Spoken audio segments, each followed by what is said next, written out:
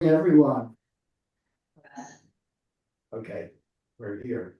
Good morning again. This is our November 14th Land Bank Commission meeting. Coming to you today, both from Friday Harbor and from Lopez Island, semi-remote. So it looks like we've made the proper connections. Good morning, Becky, I see you. And so we will proceed with, before we have the general public comment period, I'll call for additions or revisions to the agenda. Hearing none, I don't usually call for this, but I did because I'm going to make one. The agenda calls for 2 hour or a 3 hour meeting this morning rather than our usual 2.5, to adjourn at 11 o'clock. I have to catch a ferry back to Orcas at 11 o'clock, and so we will stick with it. We're going to revise the time of the agenda a little bit and stick with a 10:30 adjournment because our board recording in progress. Back to the ferry. Okay. Either way, but I think we should finish at 10:30 anyway.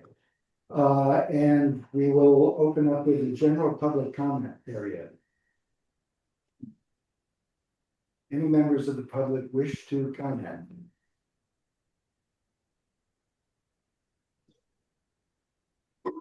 Jennifer, I see you there, and I understand that you are a potential candidate. So if you would like to come on and introduce yourself to the commission, I'd welcome you to do that now. Hello, Jennifer. Are you there? Sorry, I lost you there for a moment. Can you hear me? Yes, we can hear you. Okay. Hello. Can you hear me? Yes, okay. I can. My computer is being a little questionable. Good morning. I'm just Do you have video, Jennifer? I do, yes. Would you like me to use that? Okay. If you can, sure. Okay, that should. Be nice to see you. Okay.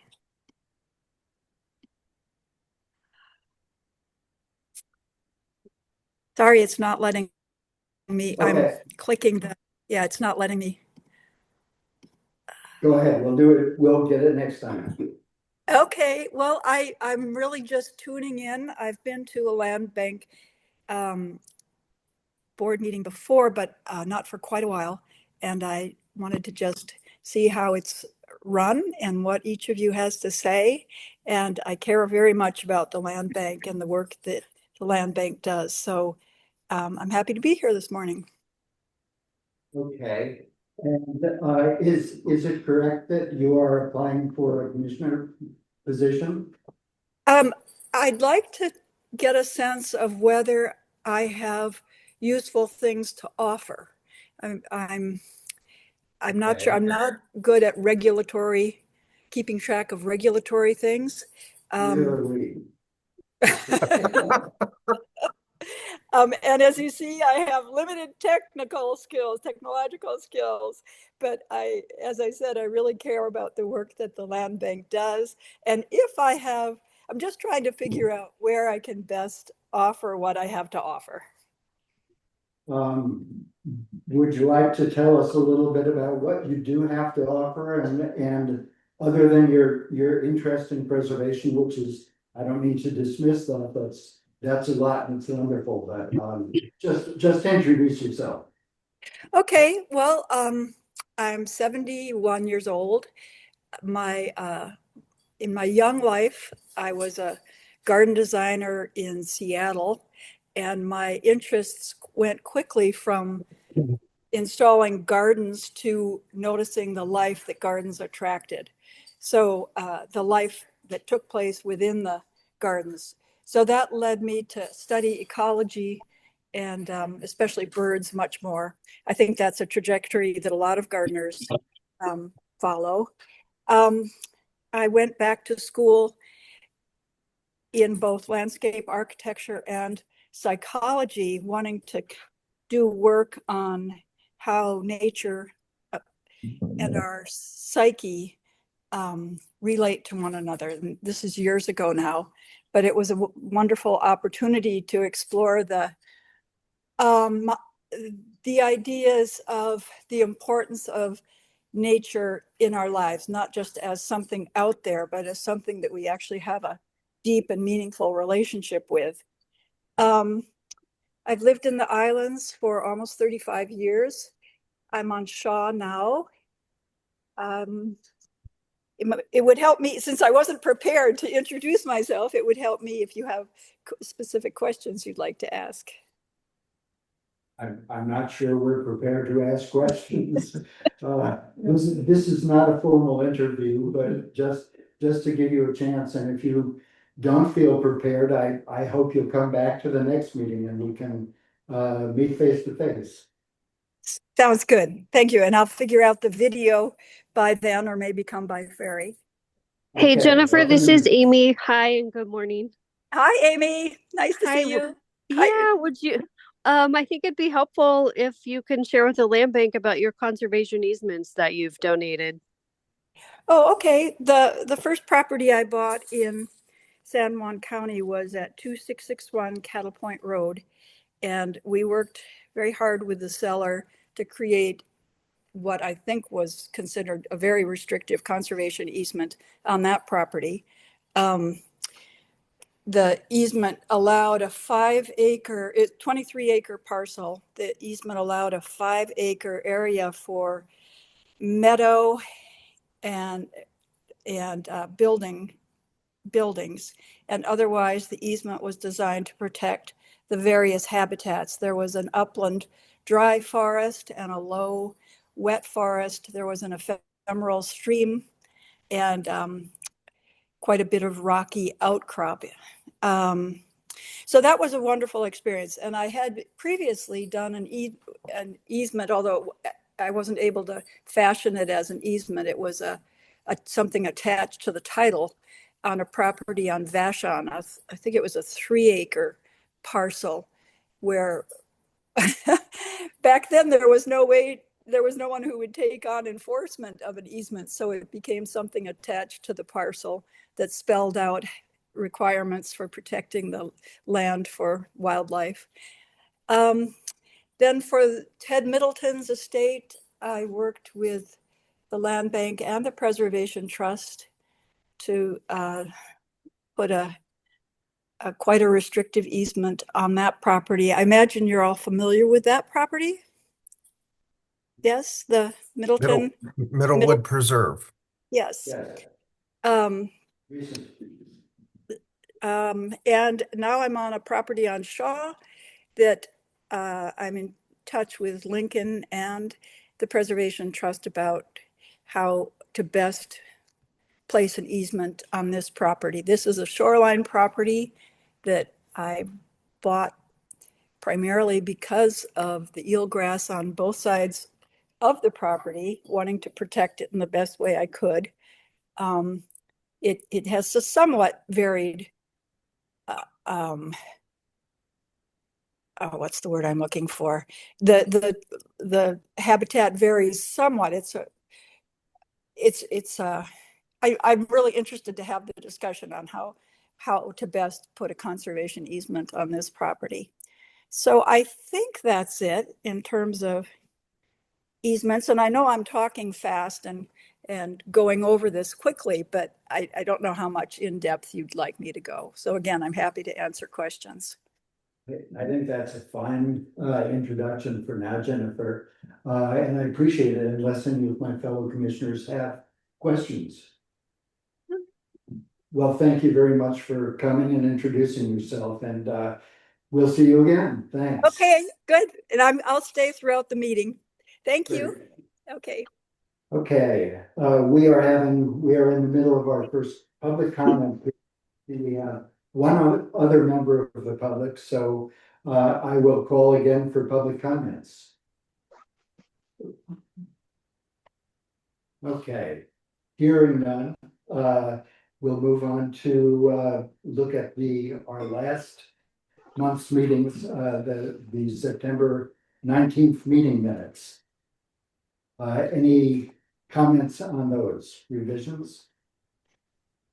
I have one. I knew it, Tim. Yeah.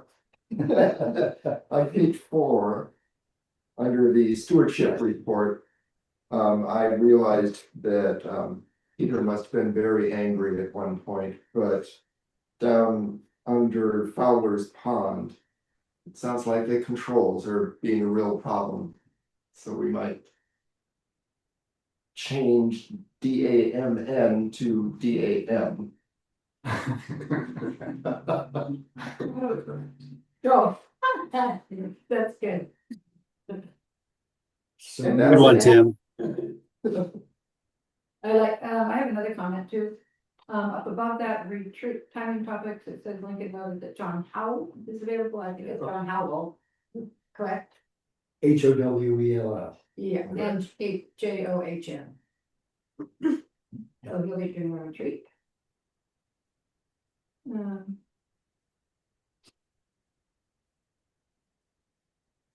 Okay, any other comments? I was gonna note the same thing about John Howell's name, but I'll also note that the retreat topics that we discussed a little bit and introduced at the last meeting are on today's agenda too, so we can refer back to this if we want during that discussion. So having said that, Tim, something else? Yes, I just noticed the date on that same line is December 19th, and I believe it has been changed to December 12th.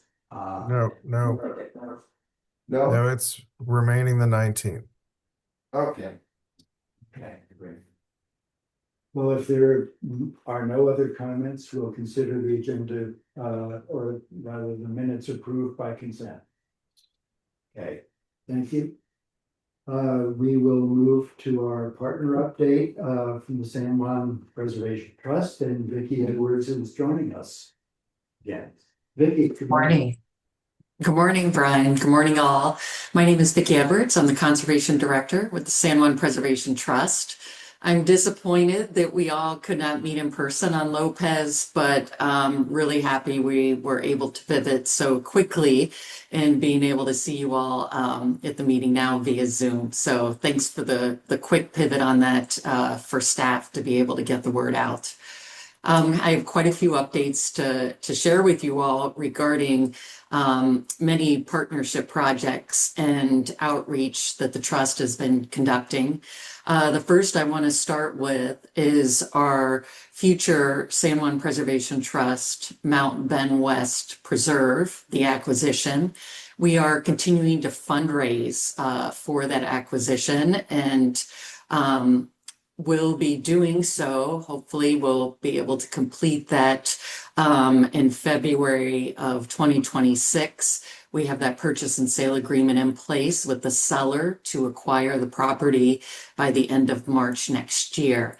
So if folks would like to learn more about that property and project, please refer to our website. It's www.sjpt.org.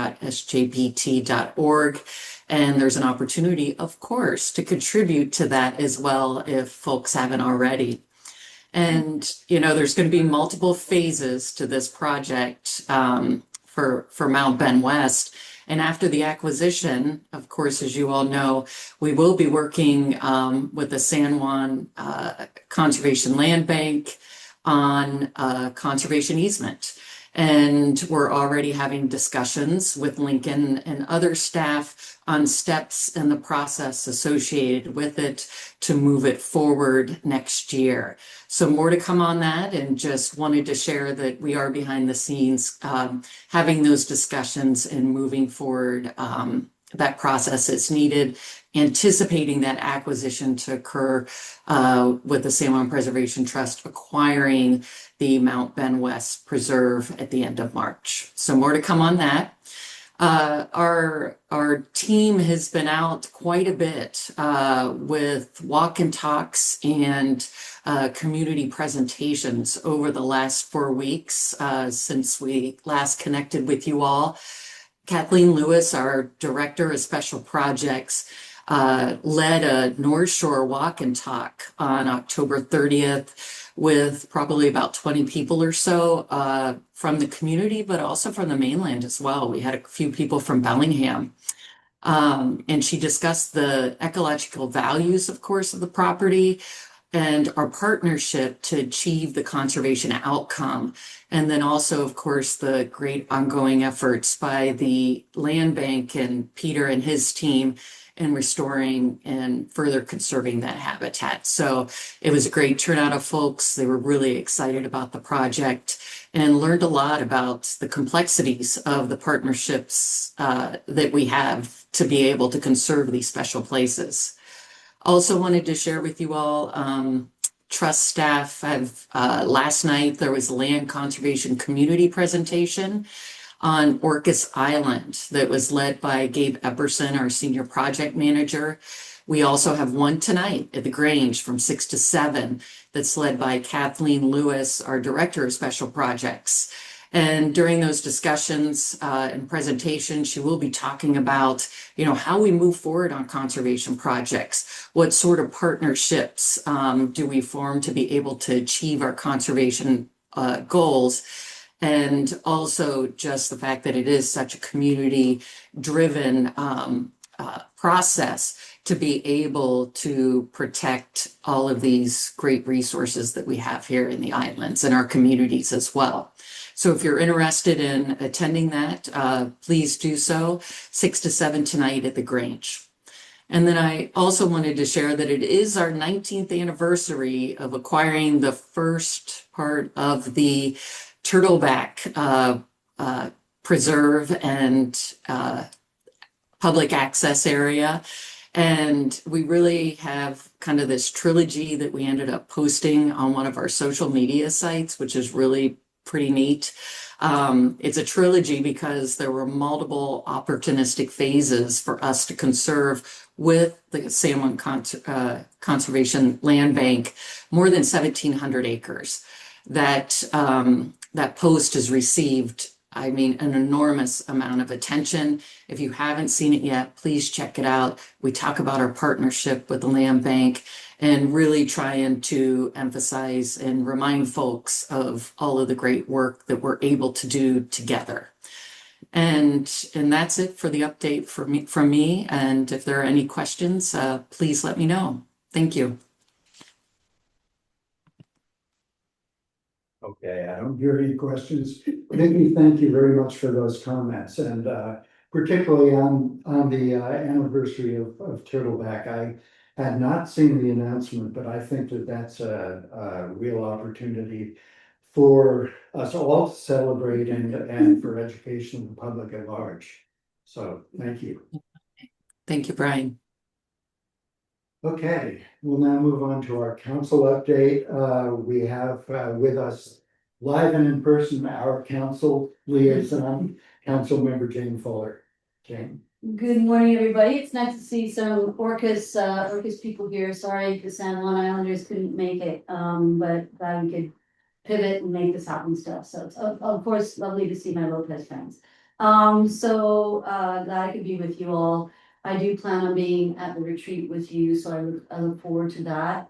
By way of an update, I think I've identified, just 3 things I wanted to mention. The first of all is county budget related. So as of the last presentation of the biennial budget for 26-27 that's being worked on currently by the county, we are looking still at a deficit of about $3 million in 2027. So the pencils are being sharpened, and this is going to result in some FTE reductions. I do want to acknowledge and appreciate the early conversations I had with you all, given the work that your finance committee did Because if anything, you're drilling into your own budget and asking some questions about, particularly about internal services costs. I think really triggered for me anyway, deeper conversation with our organization as to the reasons for the rises in those costs. And so I just want to thank you all for, particularly Aaron and Lincoln and the finance committee for just raising some questions that I think are super important questions to get us rolling. And this was back in about sort of August, September area. So the process is very much underway. I noted in the minutes that it reflected that the budget process starts sort of December 3rd. Actually, that's the culmination of all the budget process up to now. So on December 1st, council will be presented with a balanced budget that will involve a public hearing, and if council doesn't make final decisions on December 1st at that public hearing, we will continue in a couple of subsequent meetings. Hopefully they won't be necessary. They would be meetings following on that from that one on December 1st in early December. But indeed, we have to get this budget balanced, and that's going to involve further cuts. So I hope that we can push some press out about this as a county to help the public understand what we're facing. But as you all know, these are not easy times on lots of levels, and I think none of us really fully understand why a couple of years out from the COVID pandemic, things are just going really crazy. So there's a lot of factors at play here. I mentioned to you all before that, you know, the general rise in insurance costs is something that the insurance commissioner of Washington State is aware of. It's something San Juan County is getting hard with on health insurance, and so it's generally a strange time, I find anyway. And scouring your county government budget in the course of about a 2-month time frame is not optimal. Let me just say so. We've got to do a stock taking of how this process has gone, and hopefully do it differently as we enter the mid-biennium period next year, and as we do another biennial budget 2 years from now. So so thanks to you all for being the scrutineers of your own budget and asking important questions, and definitely respect the work that you've all been doing on that. Look forward to Aaron's financial update shortly in a few minutes. The other big piece of information that you're all, I think, pretty aware of is that we are heading towards finalization of a comprehensive plan update that took place starting last year and into this year. And so we are looking to finish the comp plan update for each of the elements and appendices by the end of this year, with a view to moving into the update of the critical areas ordinance next year and revising code to align it with comp plan updates. And so that will be big work in 2026, led by our new Department of Community Development Director, Seb Jones. And Lincoln, it might not, something I think about for 2026 is maybe inviting Seb to come to one of these meetings and meet the commissioners, and just give him an opportunity to share with you all what the priorities would be for that department in the year ahead. We are identifying a lot of challenges with our regulatory code that have been known for some time. So council is really hoping that 2026 will be a year in which we can deal with some of our code challenges in terms of, you know, conflicting interpretations of what codes mean. And anyway, things that will indeed be relevant, I think, even if peripherally to your work as a land bank. But yeah, so Lincoln, maybe in the early part of the year, we can introduce everybody to Seb so they know who he is. Sounds good. Very happy. Yeah, very happy to have him on board. He seems a good guy. Great. Yeah.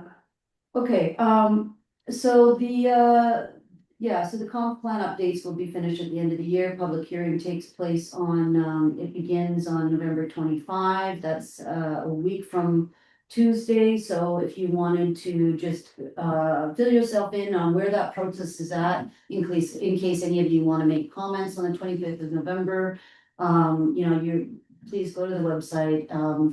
And there will be information there about where all those elements are at in their current form. And if you have any comments you wanted to provide, which is a bit last minute, but nevertheless, it registers your interest and tracking of this process with the council, so. The last thing I wanted to just bend your ears on is something I'm very happy about, which was as part of finalizing lodging tax advisory committee recommendations for awards for 2026.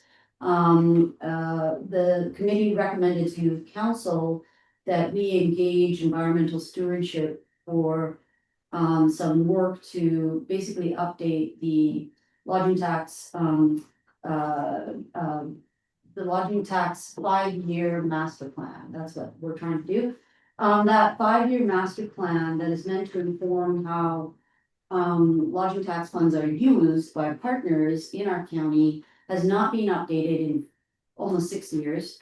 And originally the work that the Environmental Stewardship Department started when it was established in 2021-22 was to conduct research across the county with 2 different consulting firms and sort of somewhat in partnership with the Visitors Bureau that ended up in a preliminary destination management plan. And some of you may bear the hallmarks of trauma of that plan as it was implemented in terms of a discussion plan across the county. I certainly do. Anyway, that plan was meant to help us think about how we wanted to manage tourism in the future. The public reaction was swift and fierce.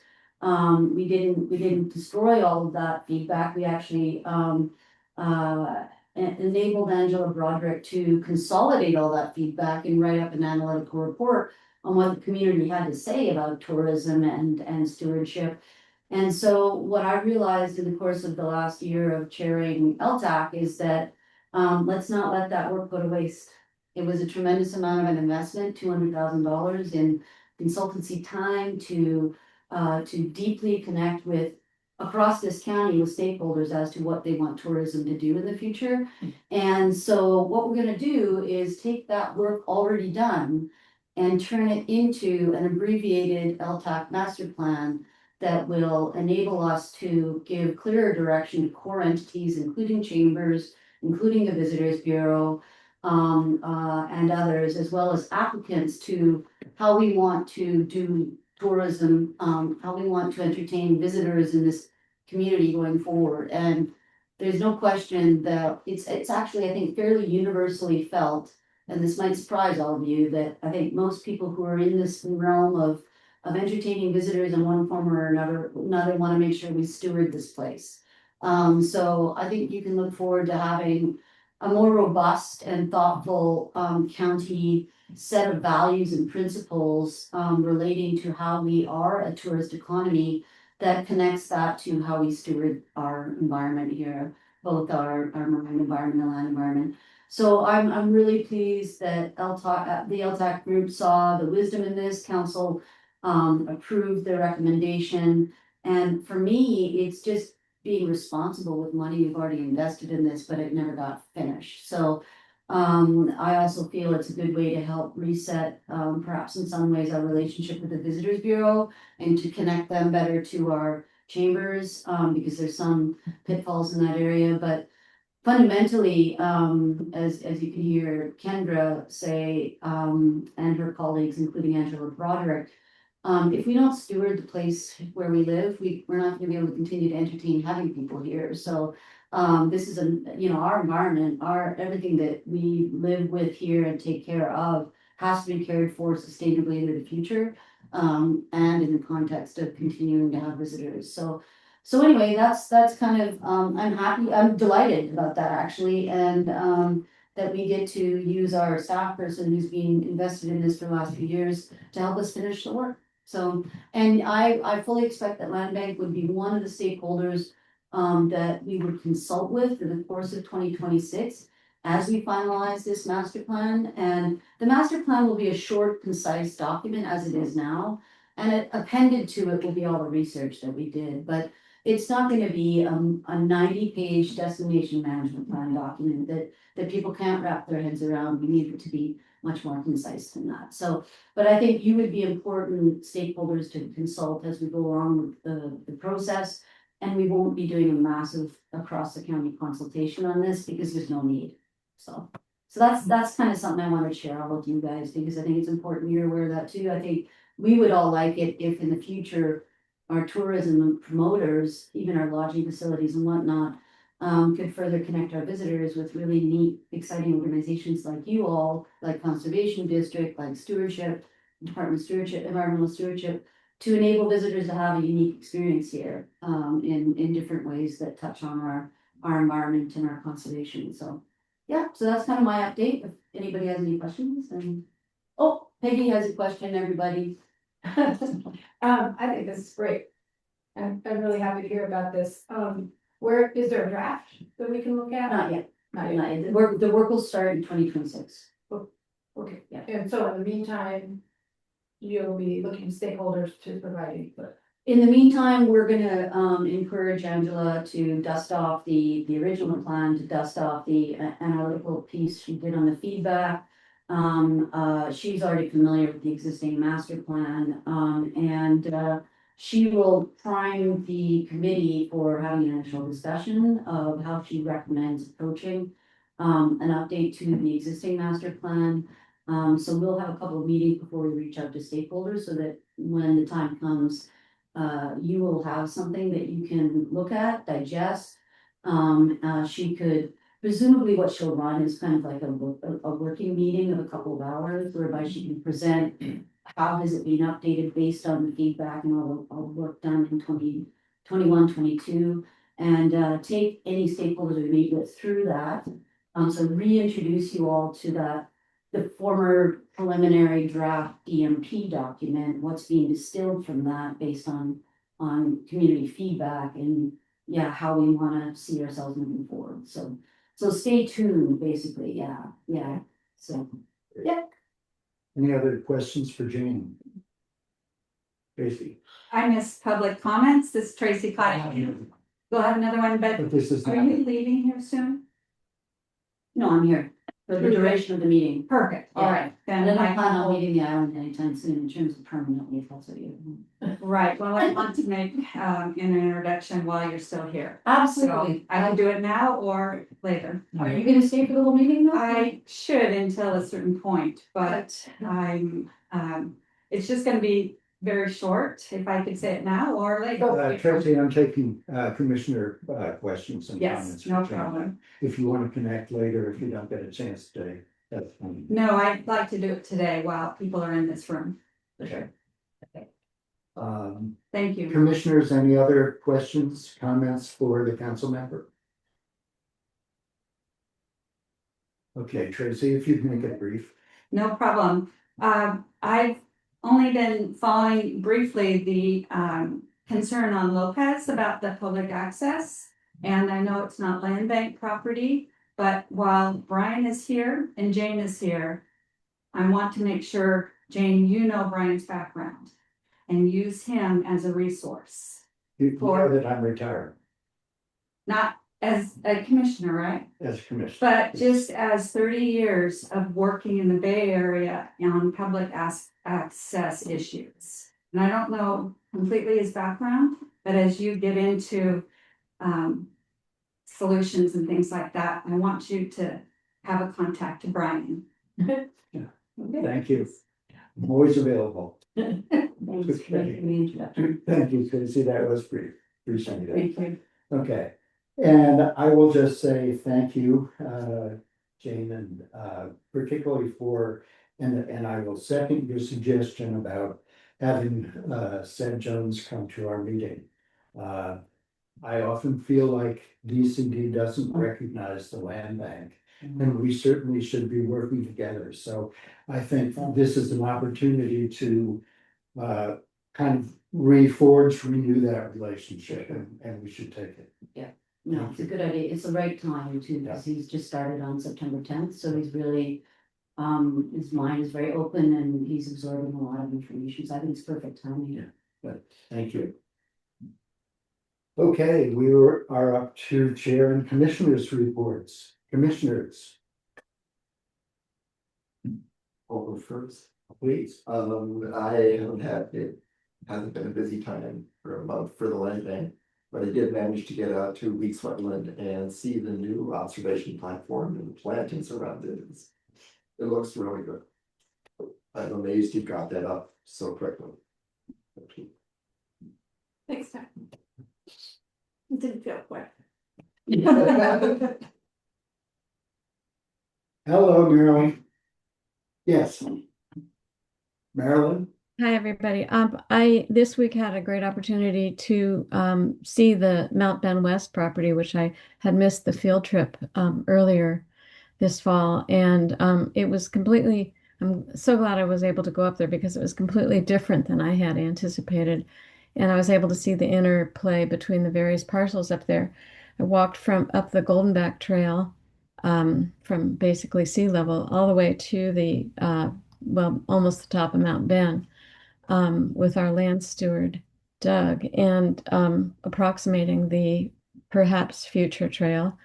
And it was really a great experience for me. I also got to see ICC in action with thinning some view corridors and burning. So just really gave me a much broader perspective on the work that our stewards are doing and on that particular part of this island. Thank you. Okay, thanks, Marilyn. Any other commissioners? Okay. I can only report on what I didn't do. I did not make the our community conversation. I just totally blew it. Skipped the date on my calendar, so my apologies to Land Bank staff and fellow commissioners. What I will report, though, what I did do was that I went to the first of the two Preservation Trust community conversations on Orcas last night. So and it looks like, oh, Vicky is still here, good. I will just say that it was a very good and very interesting presentation. It was live at the Orcas Center. There was I would say a pretty good attendance, probably 15-20 people there. They had food, which helps, and we have that ability now. But the presentation itself was very good. Talked about many of the things that we present in terms of the trust's acquisition criteria, but presented them in a different way than we have. Not necessarily better, just different. And it was just very interesting for me to see that. Also spoke very nicely of the trust's partnership with the Conservation Land Bank, talked about how we work together.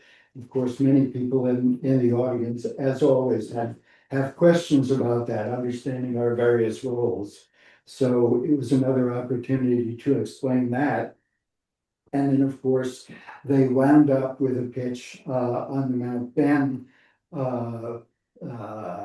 acquisition, including a really quite spectacular short video featuring Vicki Edwards narrating it, who did a spectacular job on it.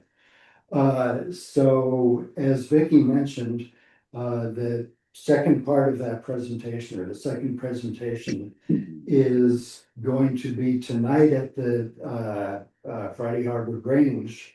So I would encourage fellow commissioners and anybody else on San Juan to attend that, because it was a very good conversation. I know that we've had some discussion about whether we should continue our community conversations. Maybe we should consider doing it in partnership, but worth hearing anyway. So that's all I have to say. Brian, Yes. before we move on, I think one thing the commission needs to do is to ask for volunteers for a nominating committee to nominate officers for next year.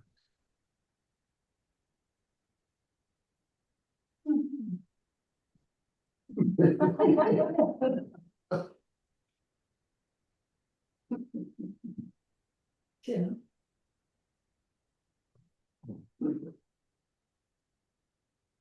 Well, Yeah. so this feels a little awkward, are there any parameters about how, I mean, I think Marilyn and I did it last year, is that correct?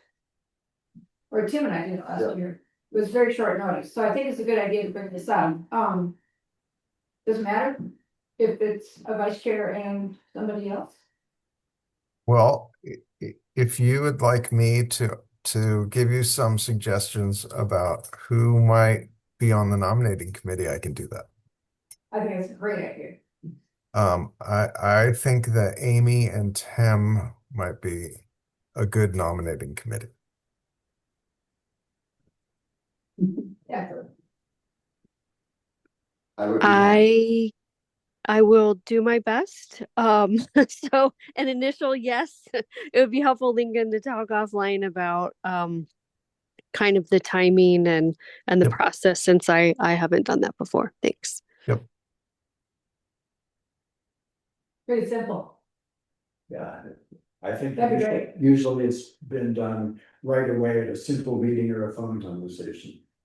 Yeah. Not much to it. Okay. So that's accepted. Okay. Aaron, ready with the financial report?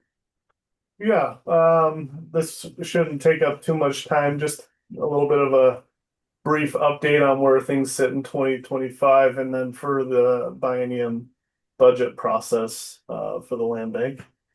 First, I want to let you guys know, this is good news. We exceeded REIT revenue projections, which we had set at 3.5 million. We exceeded that in October. So that's great news. And as it sits right now, first half of November, it's been a little bit of a slow start, but we're already over 3.7 million to date. So we should end up somewhere around 4 million is kind of what I would project for the year. So all things be the economy and everything that's going on in our nation. It's been a good year for us with REIT revenue. So I thought I would mention that. The next thing that I wanted to share with you guys, and I'll pull up my screen. This is a grant tracking spreadsheet that Marilyn had asked for, and I built this so that it could be a live spreadsheet that can be updated into the future anytime moving forward. The important part, what Marilyn was really looking for, was what the award and what the land bank's obligation would be for match over the course of time, so that can help be an aid in decision making for the commission when it comes to future acquisitions and projects and things like that. So I'll give you a little brief overview of, first what's most important to look at, more simplistic because there's a little bit of information here. First is the separation of acquisition and stewardship grants that are active, currently awarded. I do not have anything included here that we have not yet been awarded. They will be added and removed when they are active and then complete. But for right now, this is the full list of acquisition grants and stewardship grants that we have going right now. And as you can see, total award and land bank max obligation totals are included there. Again, those are max obligations. It doesn't necessarily mean we will spend all that money. It depends on how much of the award we spend up to. And then I have included a project reimbursement or revenue schedule. These are projected, not necessarily fixed, but gives an idea of in what year we do anticipate to seek reimbursement for any expenditures that we have.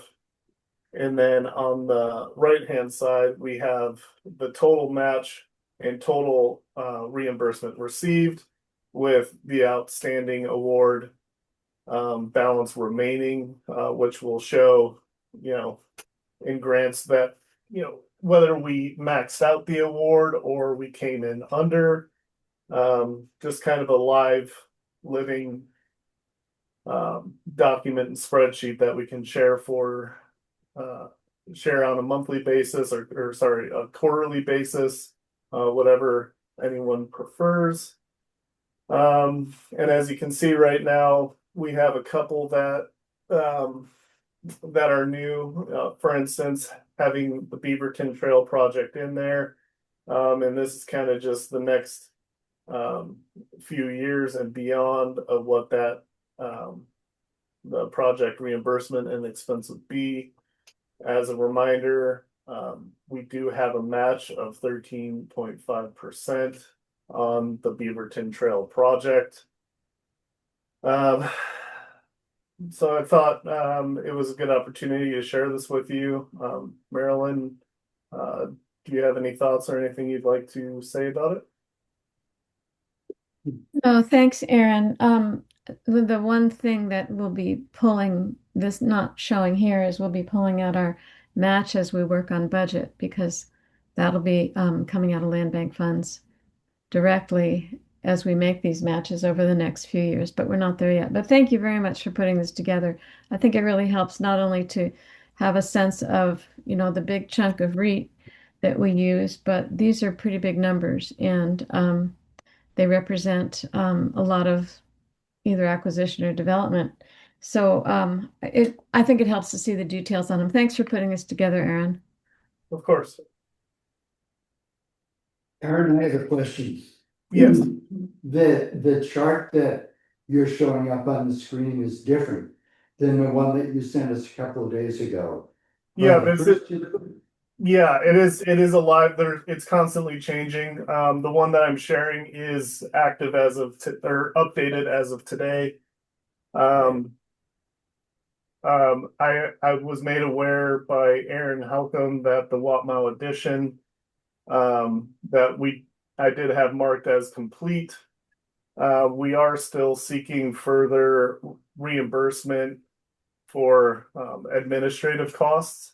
So we are not quite done receiving more funds there. So let me point to my question, which was on the first two grants, the Cascade Creek, which were marked on the materials that you sent us as on hold.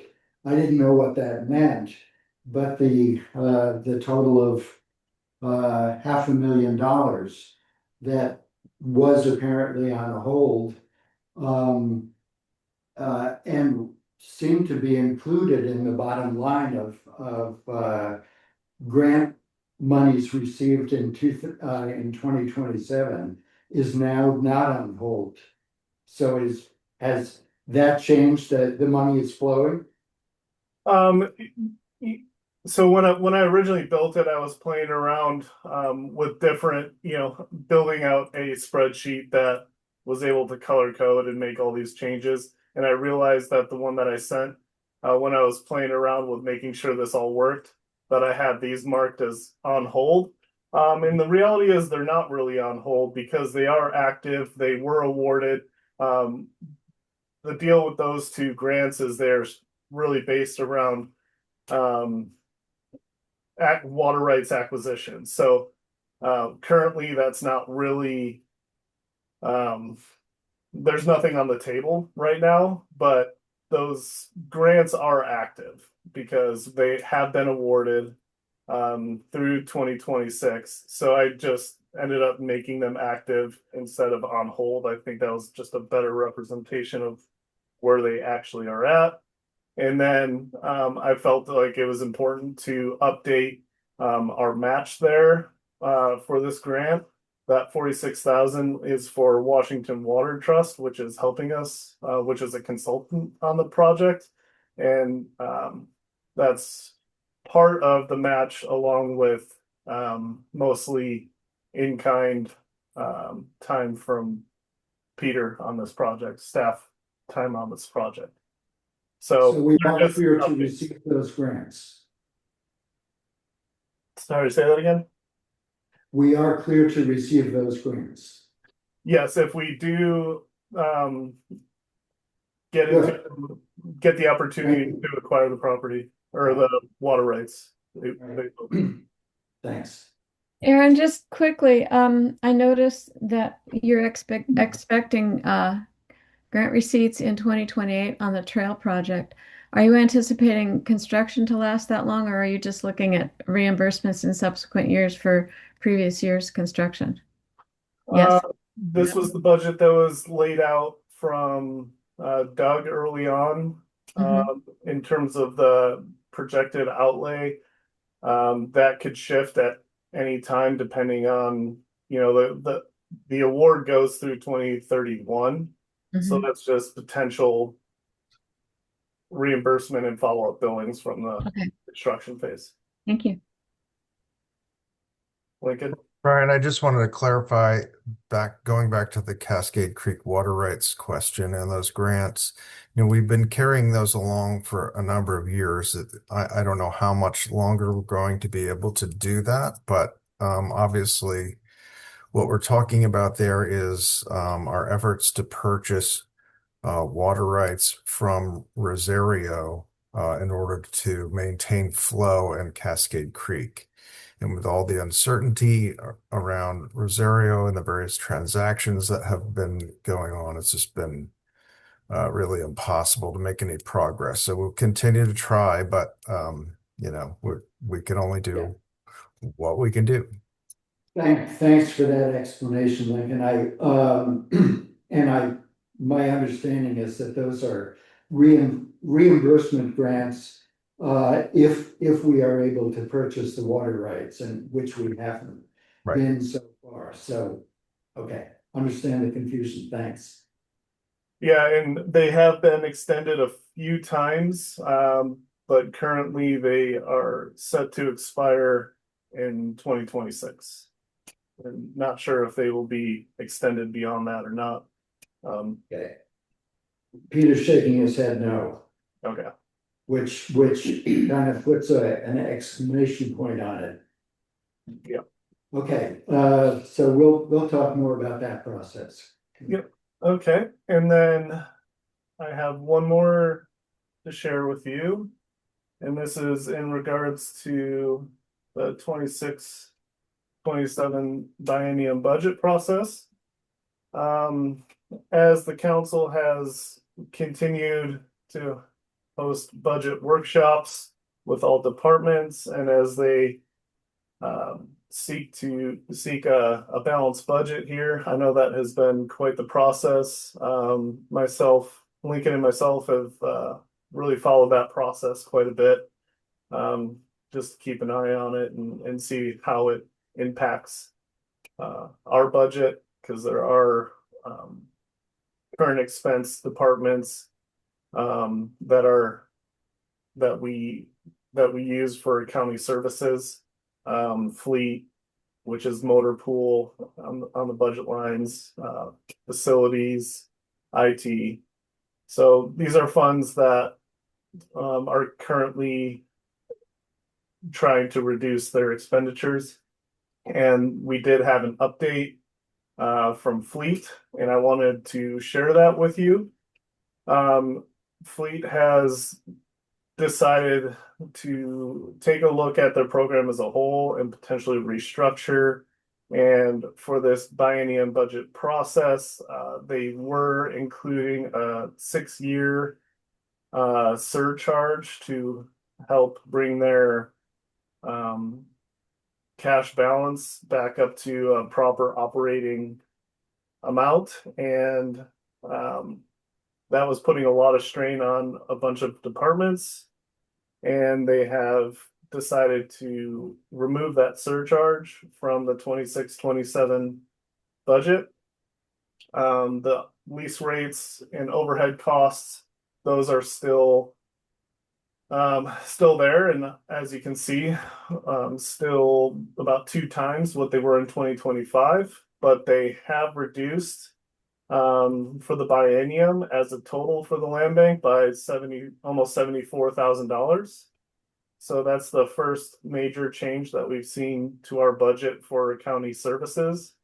And how much did 73,000 impact our budget as a whole? Well, prior to that, we were looking at around 17.5 and 19% of our budget was county services, and with that reduction of about 74,000, that shaved about 2% off of the impact to our overall budget. So now county services are sitting at 15% in 26 and 17% of our total budget in 2027. So I just wanted to give you all an update of, slight changes to the budget and things that are happening there. The other thing we are working with IT a little bit to reduce some costs there, and it looks like we could potentially save around $1,600 a year in IT costs. I'm still working with Tony on that, but there could be some slight additional savings there. Nothing too drastic, but there is the potential for some cost savings. And then it looks like in the PA's office for the 26 and 27 budget has included a 10% charge for the chief civil deputy for 26 and 27, which would be around 22,000 in 2026 and 27, or in 23,000 in 2027. So an additional $45,000 for the biennium in county services. This is a new, not a new charge. It was, I think there was something similar to this in the past. And then they ended this 10% or this charging method for legal services. And it looks like they are looking to re-engage that service charge. So that's going to be 10% and total 45,000 for the biennium.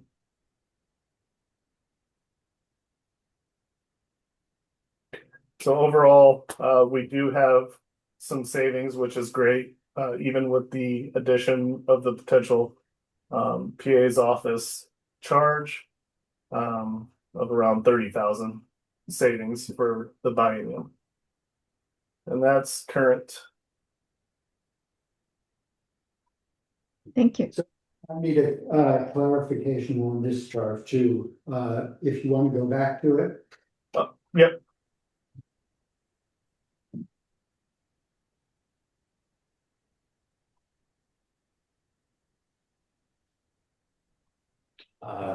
So it took me a while to understand what this was showing. Maybe everybody else got it. If so, I apologize. But what I'm understanding is that the bottom lines year-to-year rate of increase are all of these items are expenditures.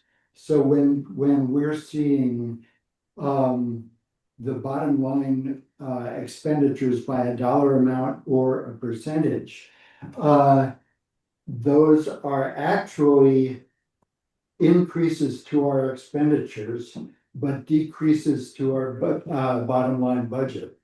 Is that right? No, these are all expenditures. This is the rate of increase for the county services, and then the percent of budget, that's the impact on our total budget. I understand the percent of budget, but the numbers under the rate of increase are increased expenditures for county services, and therefore we're spending more. Those increases, in other words, if we see a larger number there, it's not as usual an increase to our budget. It's not, oh, good, we're making more. It's that we're spending more and our bottom line is diminished. It's a little bit counterintuitive the way you've shown it. But, and maybe it required a little bit of explanation, but I just wanted to make sure that I was understanding it right. Yeah, that's correct. As that rate of increase is a larger number, yeah, that dollar amount is just going up, which does negatively impact our budget or affects our expenditures. Okay, thank Basically just means that we're spending more of our REIT revenue, which is our basic revenue, on these types of expenditures, and we'll have less for other opportunities. As Yeah, these it's a way to show the sharp increases in these costs over Yeah. time, and when they've kind of leveled out, when it wasn't a huge increase, or you can kind of see at the biennium level every 2 years you get a much larger rise in costs. Yeah, thank you for working so hard on this with the county folks, because that was one of our sort of gasps of wow. Do you have a sense with motor pool whether after this next biennium will there be a different program in place, or we'll be looking at another large jump in order to refill those coffers? Do you have any sense of that? No, I do know that there's been discussion at the council meetings that Fleet will take a look at their entire operation and see where they can make improvements, and what those are. We have no idea at this point. Thank you. I would say Jane might be able to fill in a bit on that. If you choose to.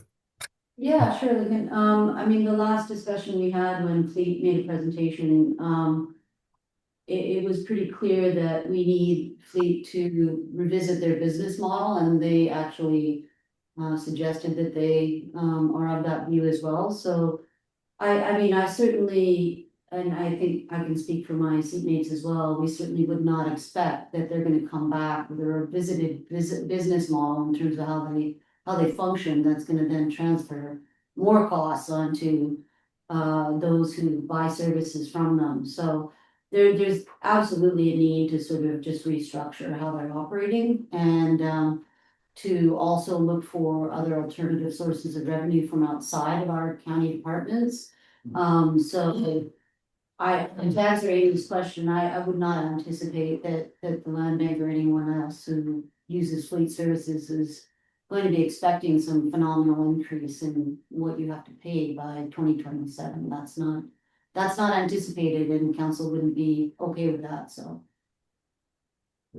Yeah. So are they revisiting the policy of replacing vehicles every, what, 10 years? Is that what it was? It is, I'm talking wholesale reviewing the business model. It's not, that would be one of many things they'll be looking at, but it's not just isolated to that. Yeah, but absolutely that's already something they're looking at. Similarly on the IT side as well, you know, longevity of hardware, for example. So yeah, so definitely that'll be one of many things, because, and again, this is where I thank you guys, because, you know, you were already asking some of those questions, and offline I had a chance to be asking some of those questions of our county manager with Fleet, and so it's all part of the ongoing discussion about how can we be more efficient, and yeah, so. Good. Amy, I don't know if that answers your question, but. So I have another question about the legal aspect and our fee for using legal services. It's not, I don't see it in here, right? And that's what you said, so that's gonna get added in. That's correct. And so when will we see that updated? I might have missed it, but so when will we see that updated piece? I'm pretty sure Aaron's updating the spreadsheet right now. Okay. It'll be soon. We just got numbers this morning. Okay, great. Okay, any other questions for Aaron, commissioners? Okay. Thank you, Aaron. If not, we will continue with the director's report. Lincoln? All right, great. Thank you. And I will start with the annual retreat topics. We've got a number of things floating around here, and I will be the next week, probably with Brian, getting together with our facilitator virtually to talk about the agenda in more detail. But what we have so far, typically in these retreats, we always start with just a review of accomplishments. So we'll be providing a memo to everyone on that subject. And also a key discussion item will be the strategic plan. It sure makes a lot of sense and that we're now 2 years down the road on the strategic plan. So reviewing where we are. And I think having more discussion about stewardship standards and practices, which is something that really, I think, got short shrift in the strategic plan, honestly, since we were so focused on communication, obviously going into the reauthorization year, that made a lot of sense. But I think we should have more discussion on that topic. And then setting our third-year priority actions would be really appropriate to come out of this meeting. Having a clear understanding of what we're wanting to do strategic plan-wise for the coming year. Also, we'll be talking about the organizational staffing and review process that we've been undertaking over this year, probably over the last 9 months or so. So we've had a series of facilitated meetings on these topics, and we've come up with identifying some issues that we really want to address, and B, some approaches to solving some of those issues. And we're still having quite a lively debate about some of these things. But I'll be presenting where we are at this point in time, and staff will obviously have an opportunity to pitch in on that conversation. And then one other thing that I skipped over, in floating this around initially, there's some question about really wanting to have a conversation of the overall context we're facing. Clearly, we've got a lot of external challenges that are presenting to us in terms of what funding we might be able to find, what partners we might be able to work with. So I think it really makes a lot of sense for us to have a conversation about that. Clearly, we'll have to limit it a bit because we could easily spend a couple of days on that subject, but definitely worth covering so people have a clearer picture of where we think we are based on the information that we've got. And then the last item I've got is a discussion of acquisition criteria for agricultural lands. So we'll be hashing that one through a bit. And that's what I have so far. So Brian and I and John Howell will work on an agenda. We'll float it around, let people have an opportunity to comment on it, and then we'll solidify it, and we'll get together on December 19th at the labs and have a fun time. Lincoln, do you want to take any, excuse me, any comments and suggestions on that now to consider when we meet? I'm happy to take that now. Happy to take emails after the meeting if you want, whatever you prefer.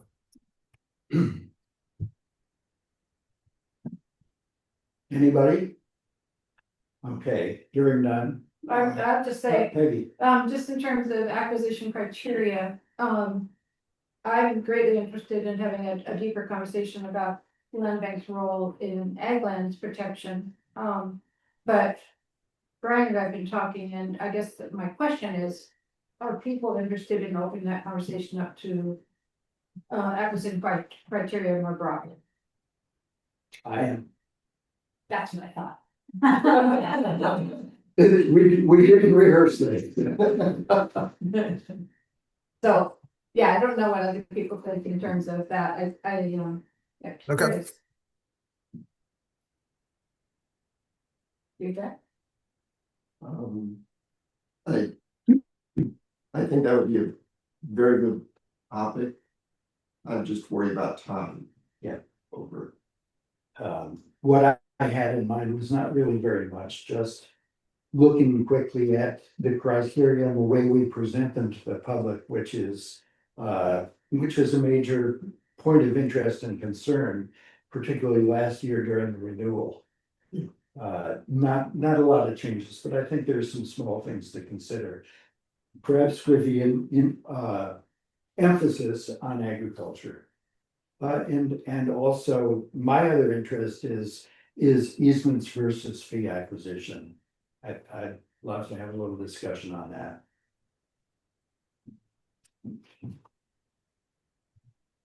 All right. Well, that's great, and we'll work on this, and John Howell, as always, will help us narrow things down so that we have enough time to talk about topics and not get off the rails. Anything else on that one? Or Or. okay. So given the fact, that we just, well, there is Bob Ferguson, Governor Ferguson's, recent executive order about how, government entities are to engage with the tribal entities. I'm wondering, when and where do we want to talk about that as it relates to the land bank? Because I think it's a big issue. I also think it's a potential partnership issue, with the Preservation Trust, who is moving ahead, because they're in a different boat. It's not government to government for them. But anyway, so I'm just curious about that. I'm looking at Jane partly to give us feedback about that, because it's something I'm really interested in seeing how we can move ahead, and I've not read this executive order in great detail, but it's like, well, this is gonna be very interesting, and I'm curious. I don't know, again, so I'm kind of maybe moving around here on this, but is this a retreat topic? It is certainly is a meeting topic at some point about how we do this. Yeah. Lincoln, are you okay if I? I'm thinking that it's probably not a retreat topic. I don't think the council's had a conversation about this yet. Jane, am I right about that? Yeah, you're right about that. I think maybe putting a pin in it in the retreat though, just to maybe agree upon some outlines of a future conversation wouldn't be a bad idea. But I hear you, Lincoln, on yeah, it's something that you guys are gonna wanna delve into, maybe even in the form of some kind of workshopping exercise next year that's not in a meeting. Yep. One sort of update I can share with you is that indeed any money set aside for tribal engagement in the current expense fund have been wiped. They're not there anymore. What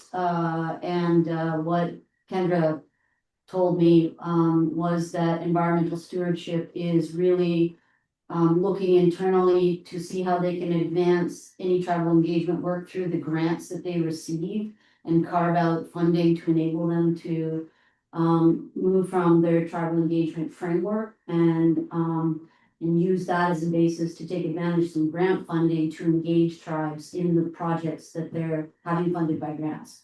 So rather than being this standalone effort, they will continue to do their own work in that realm.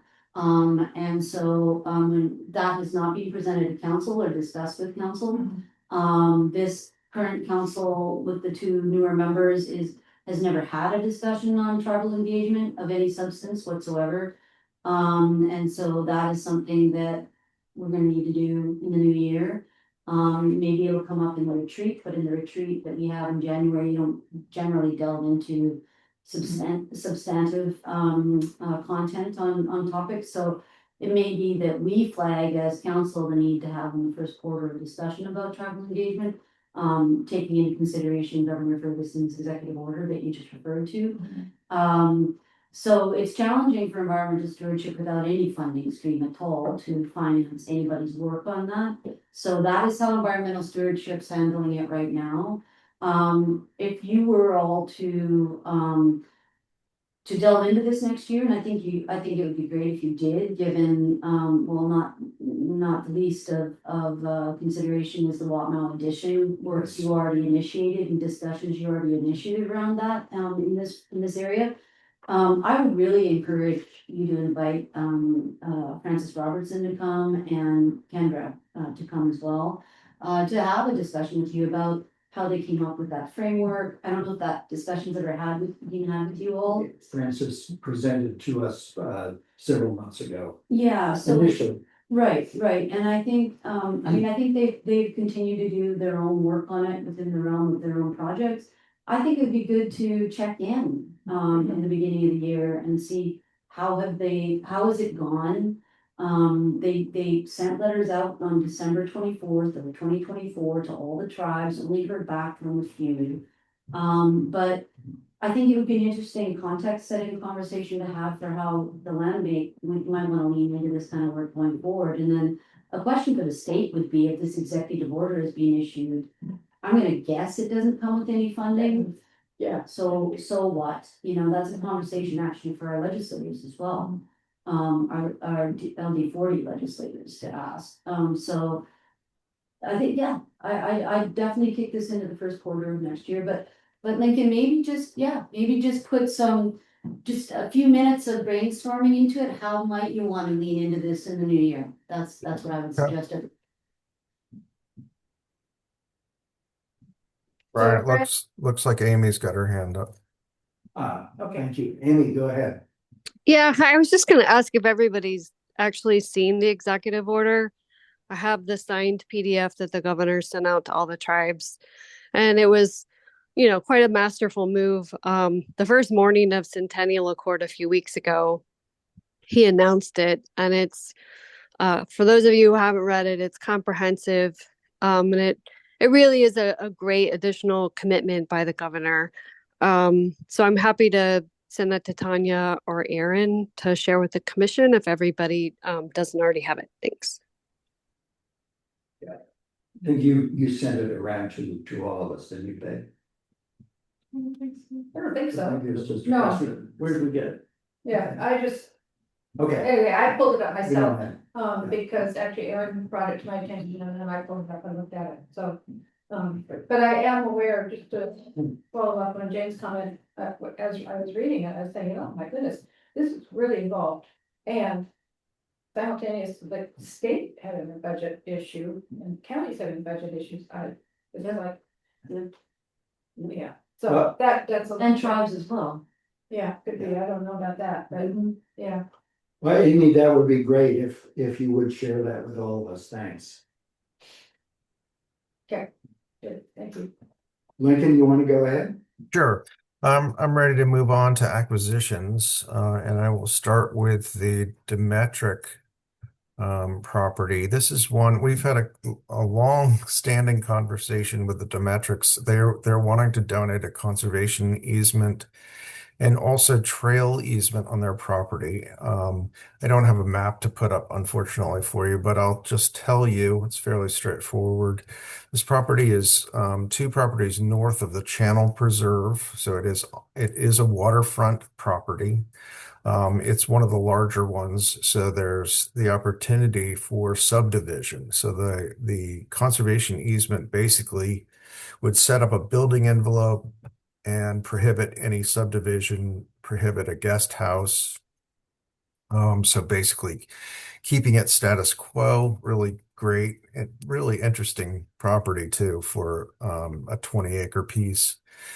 And the other great element, and I've got actually this sitting right here, is the donation of a trail easement. So this is something that we had hoped would happen with properties that are adjacent to channel, where we take people down to the waterfront, and then there's all that public tideland that people can hike on as long as the water's not over the top of the mean high water mark.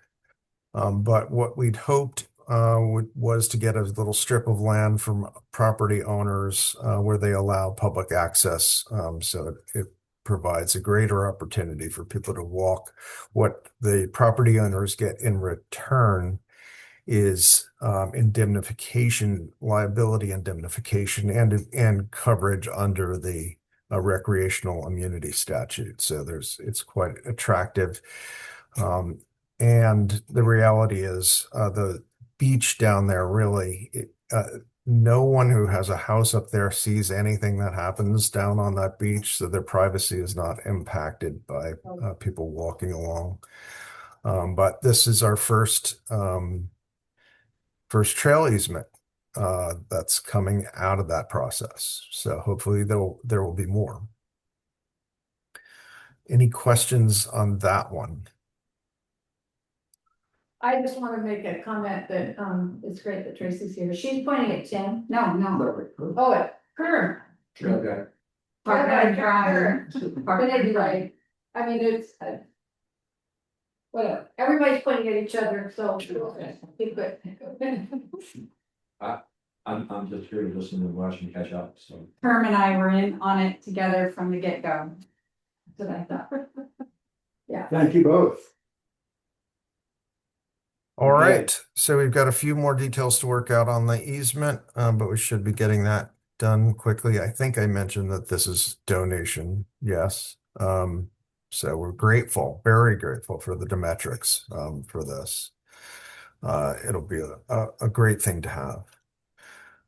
Okay, Lincoln, how does the commission express its gratitude for something like that? We don't really have a formula, and we should.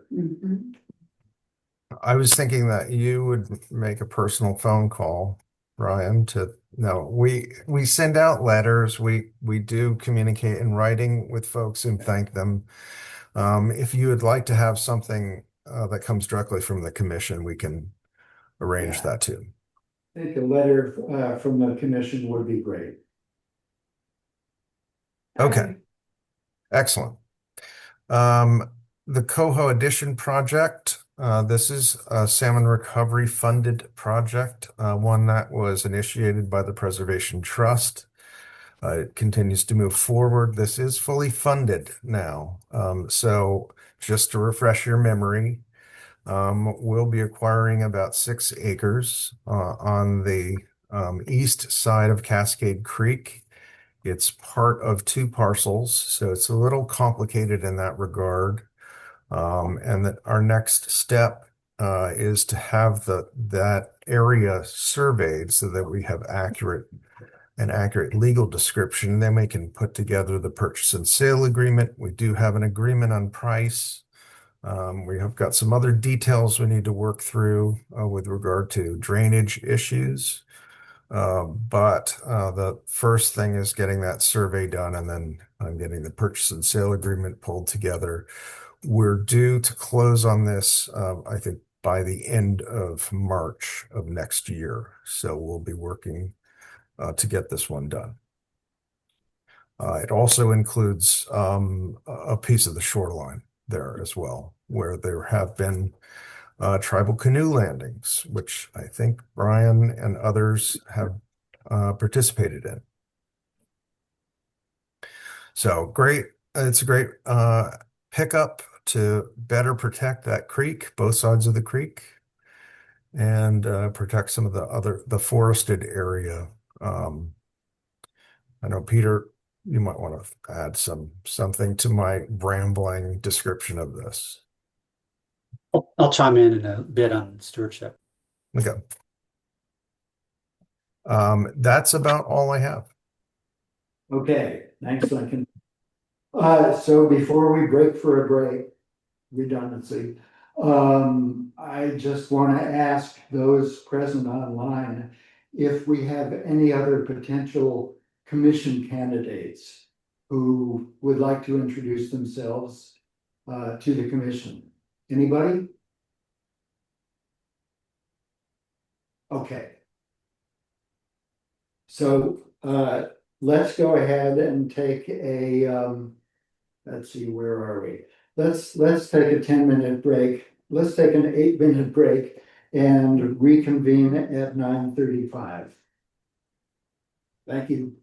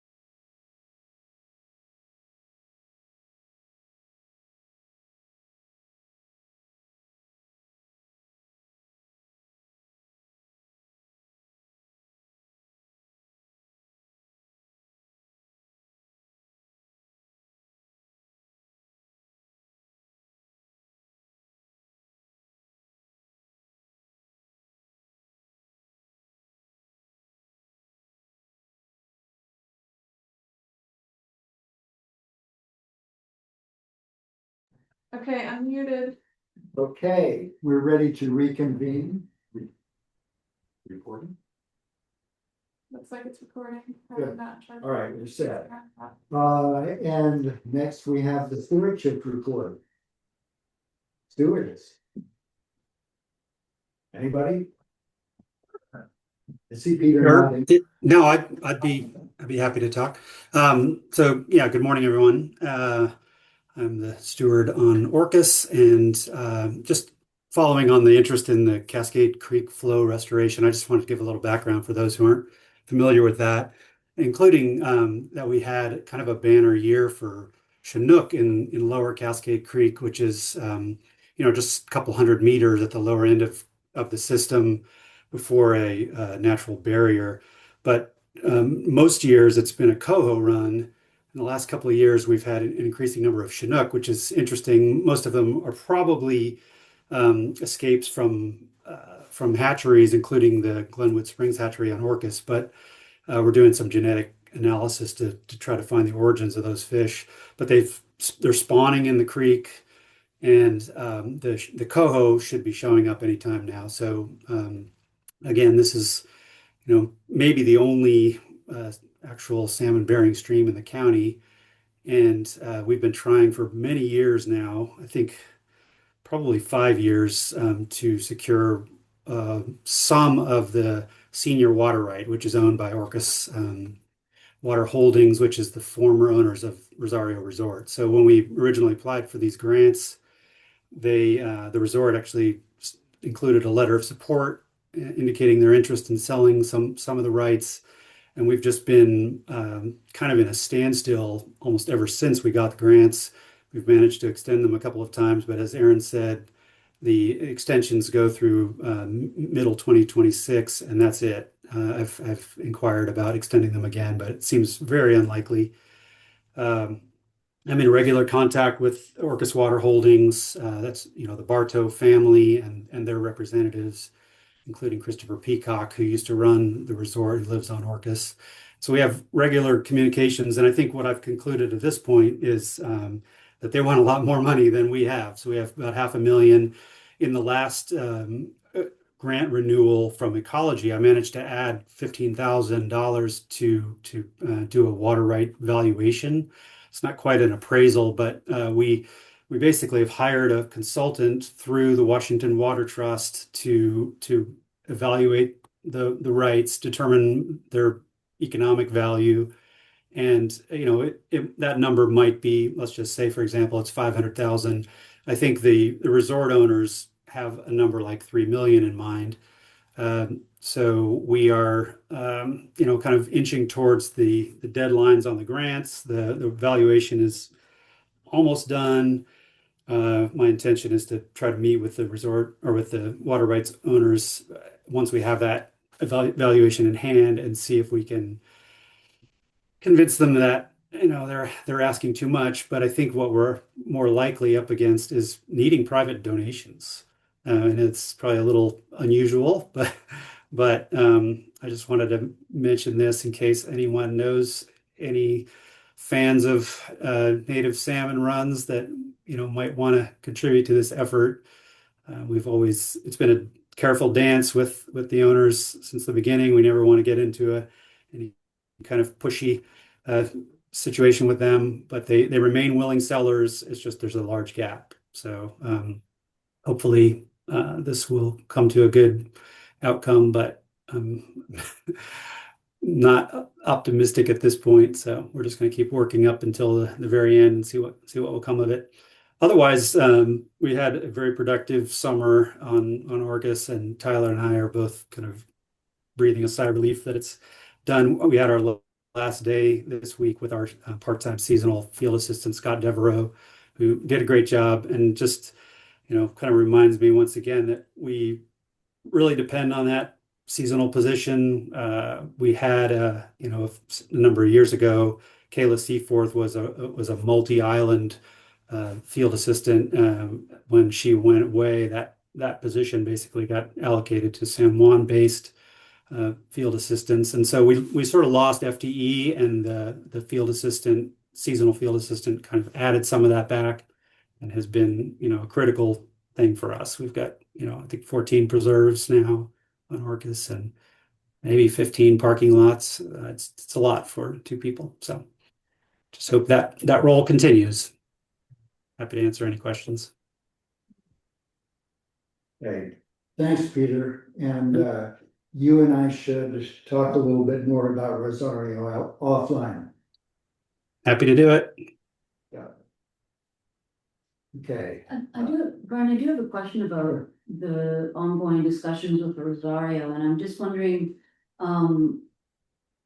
strategically, I mean, Peter, have you or Lincoln or any of you, Brian, have you looked at comparator costs of water rights in similar kinds of situations yeah, I think that's what Peter's appraisal has done. yeah, okay. Yeah, that's what they're doing.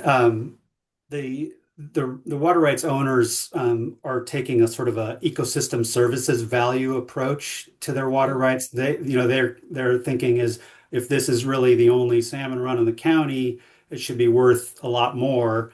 And I've gotten experts at the table with them to tell them it doesn't work that way. We have to pay what we can, what the appraised value is. That's where a donation would come into play. We can't use this state money to overpay for a water right, but we can sweeten that deal with private donations.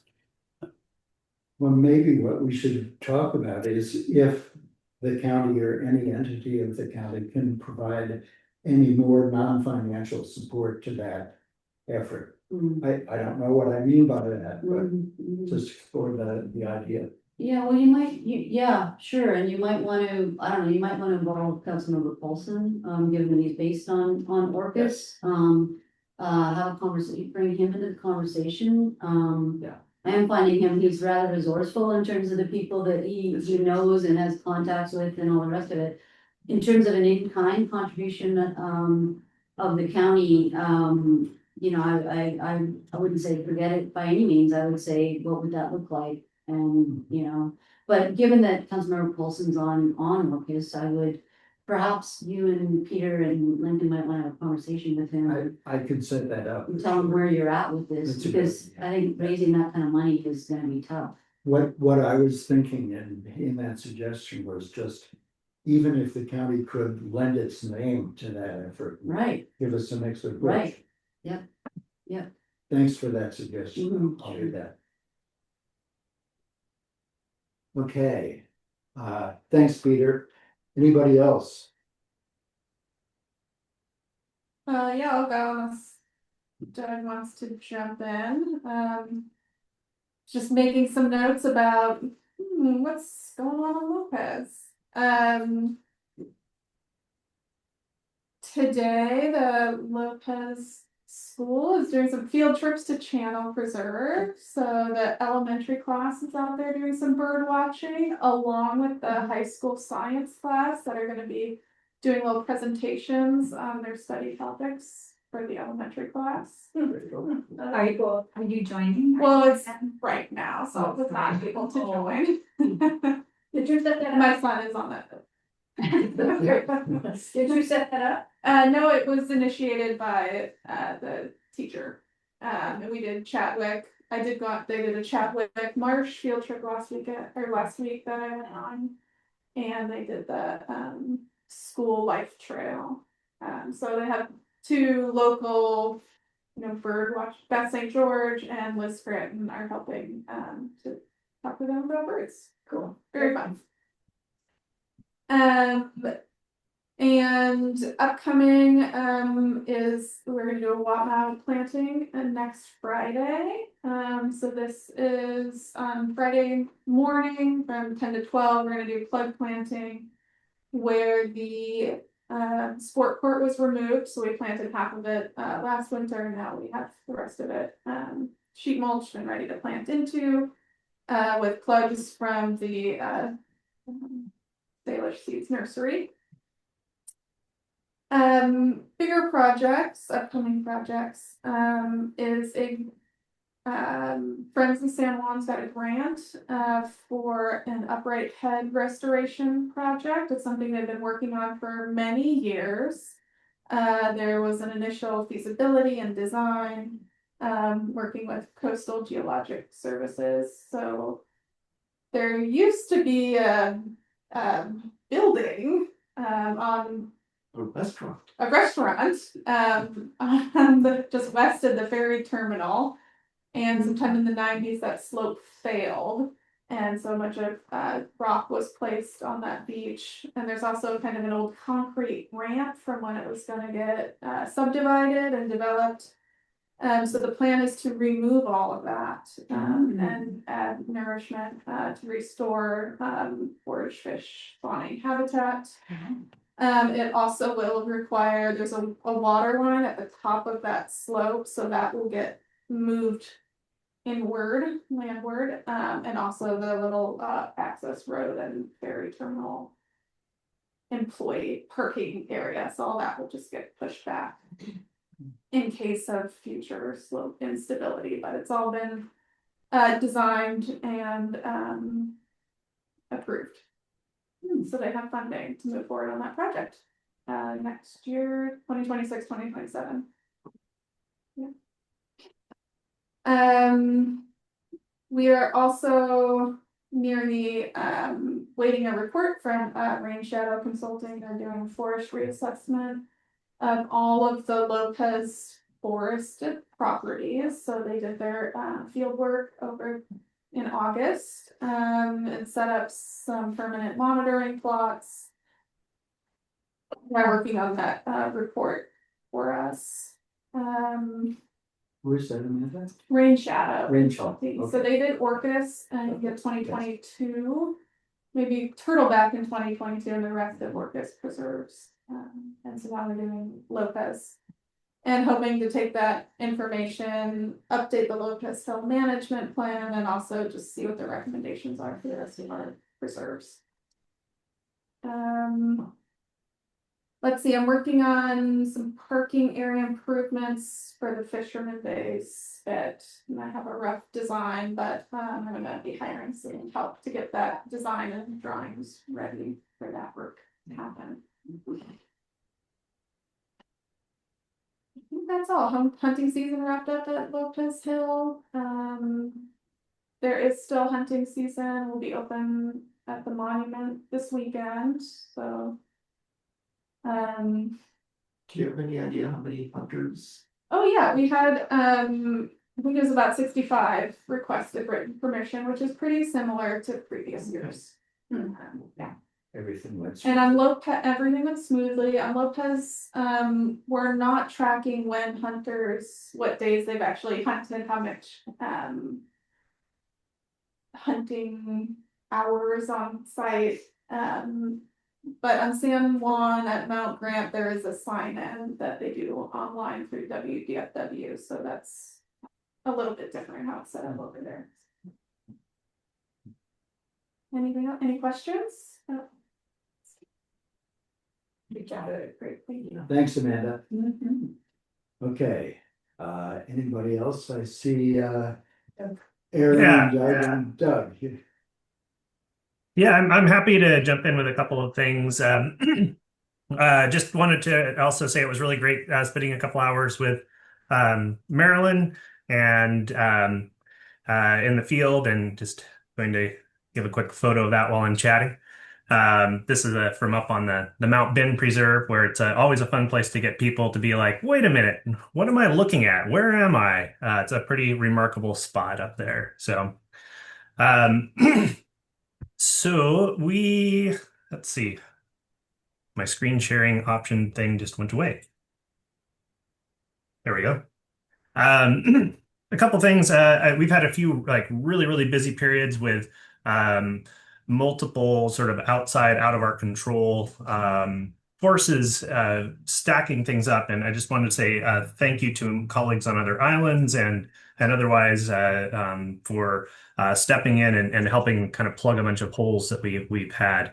As an example, this day that Marilyn was up there, in addition to having Marilyn tour, we had Rain Shadow Consulting doing the beginning work on the southwest corner of Mount Ben. And we had Island Conservation Corps working, as well as the DNR was on site with Jacob and Shauna from the land bank, as well as some of the Island Conservation Corps and the Samish Indian Nation Department of Natural Resources to get their last step in becoming certified burners. This is a really big step for us to have people who are certified burners in the county, and not only just to have 2 people within the land bank staff, but to have done this with partners at the Conservation District and Samish. And actually, one person who no longer is with Samish and is actually now working for the Coast Salish Youth Coalition. Seven people who in the region here now will be certified burners. So really, really proud of those folks for going through all the training and steps to get checked off on that. The other thing I wanted to just give a short report on was last week. I was away for the Garry Oak Ecosystem Recovery Team's annual conference in Victoria. And they took a really different tack this year. They've been sort of building up to this, of really centering sort of that subject matter and process in Indigenous management. And I think it was a very well received, very great conference. I'm happy to share more about that at another time, but in general, and if anyone's interested in the agenda, can pass that on. But it was a very valuable thing to participate in, not just for the conference itself, but also some of the relationship building outside of the conference proper. So, and from there, Kai from the Conservation District and I were invited up to a forest restoration workshop on Galiano Island. And this kind of arose through our relationship with Tal Ingle, we had out to do some workshops a couple of months ago. This was the initial meeting that ended up being of about 25 people, mostly representing land trusts in the Gulf Islands and Vancouver Island, but some outside groups as well, like the Salt Spring Transitions Climate Adaptation Lab. And it's was really the kind of the first blush of getting regional practitioners together to sort of share experiences and challenges and whatnot. And one of the outcomes of that is there's a strong desire to form a more formal collaborative, some sort of an association around that. It remains to be seen exactly what that's going to look like, but part of that is just sharing technical expertise.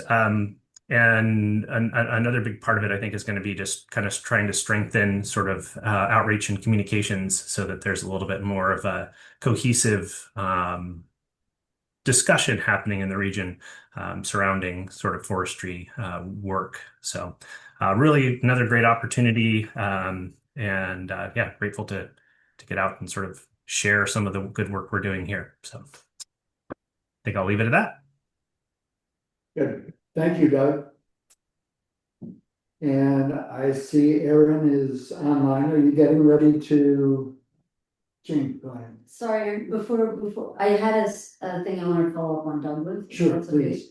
And it relates to what you were just talking about in terms of sort of some regional collaboration, and I was remiss in not mentioning this when I was giving you all a bit of an update, but I'm really glad to hear that there's some of that kind of regional interaction going on, because on the 4th of December, the county council will be joining the fourth quarterly meeting of the Islands Trust Council in their meeting in Victoria. We will be zooming into their meeting, but it's the first opportunity for this more newly formed council as of 2025 to meet together with the Islands Trust Council, which has about 25 or so representatives from the different Gulf Islands.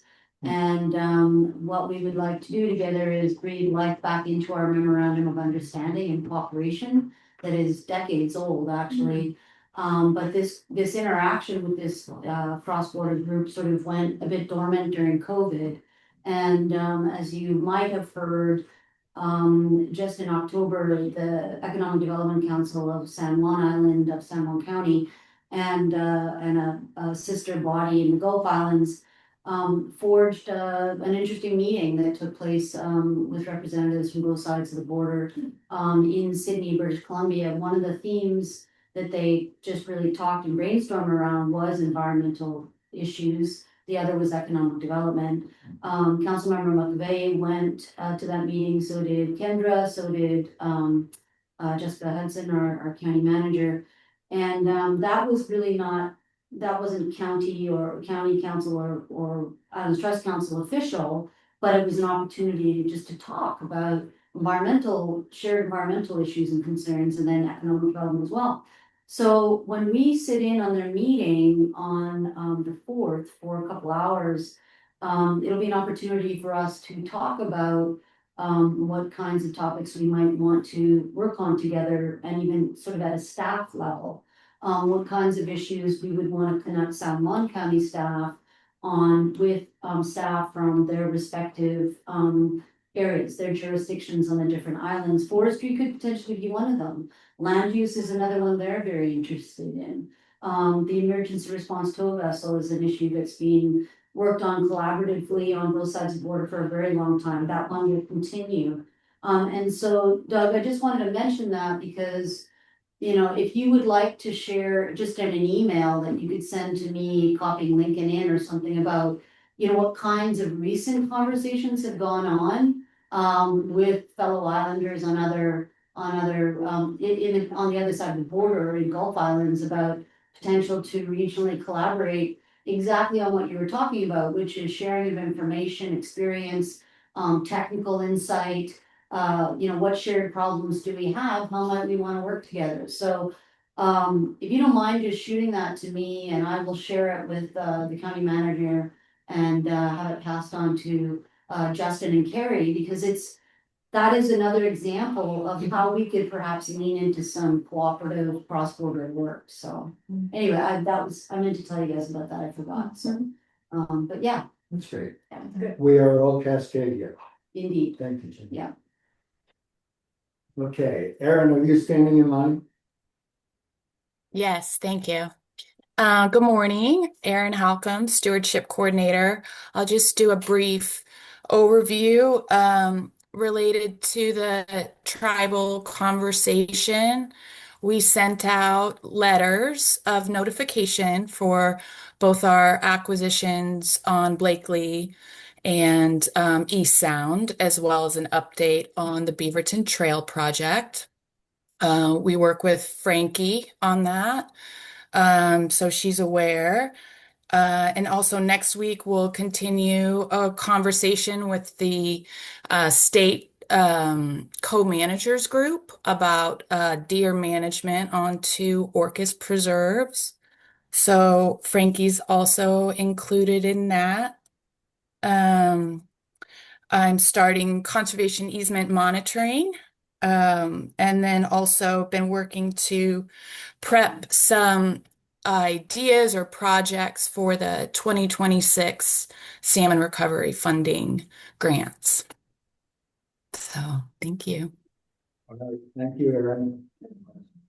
Go ahead, Peggy. How does the salmon recovery fund, how does that look going forward? Because that's state funding, right? Or is it coming down through federal? And what's your sense on that? Because that's been certainly a really important source of acquisition funding. Lincoln, you want? No, go ahead. Yeah, we are looking to receive like 1.2, 1.4 to be available in 2026.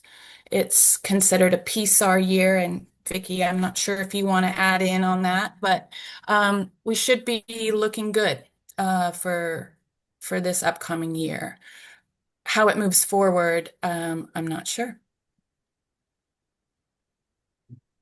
So we're hoping to have some projects and to maximize that funding. Is there any chance of using salmon recovery to up the ante for the Cascade Creek water, or is that not relevant? I wouldn't say it's not relevant.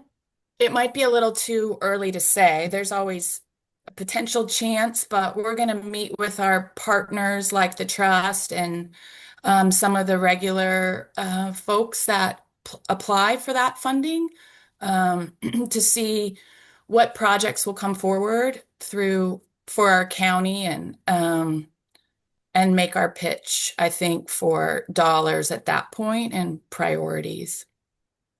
Brian, I'll just point out that I think we'd be pretty reluctant to reserve funding from Salmon Recovery for that project unless we know it's actually going to go forward. If it's a long shot. Because it's, that's a competitive program. So something else is going to lose out. And, at the way it looks now, we're not getting there.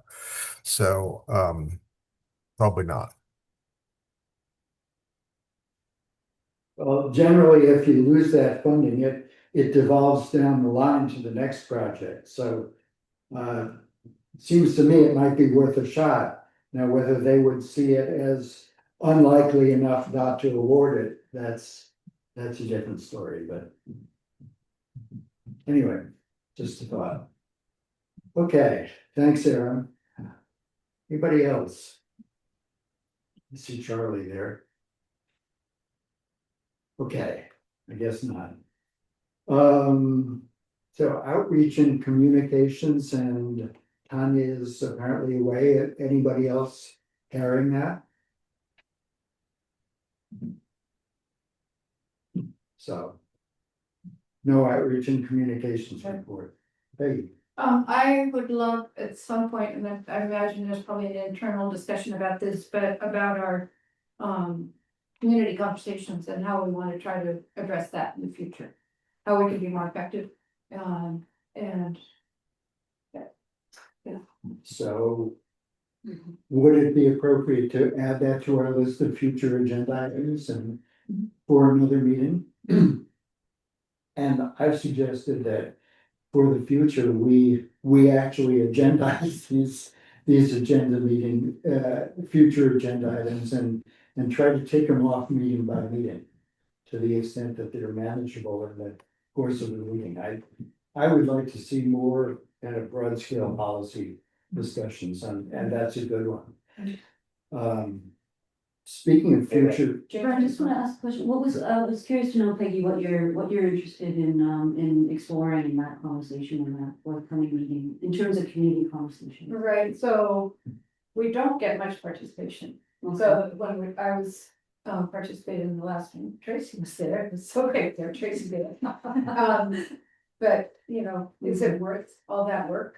Is that the best use of our time? And how can we do outreach? So I think it's interesting also, they didn't do a preservation trust fund on Lopez, but not sure why. But anyway, separate, they did get some good turnout. So what are we doing? What can we do better? And how do we get the input we need? Are you talking about for 2025, the year we just?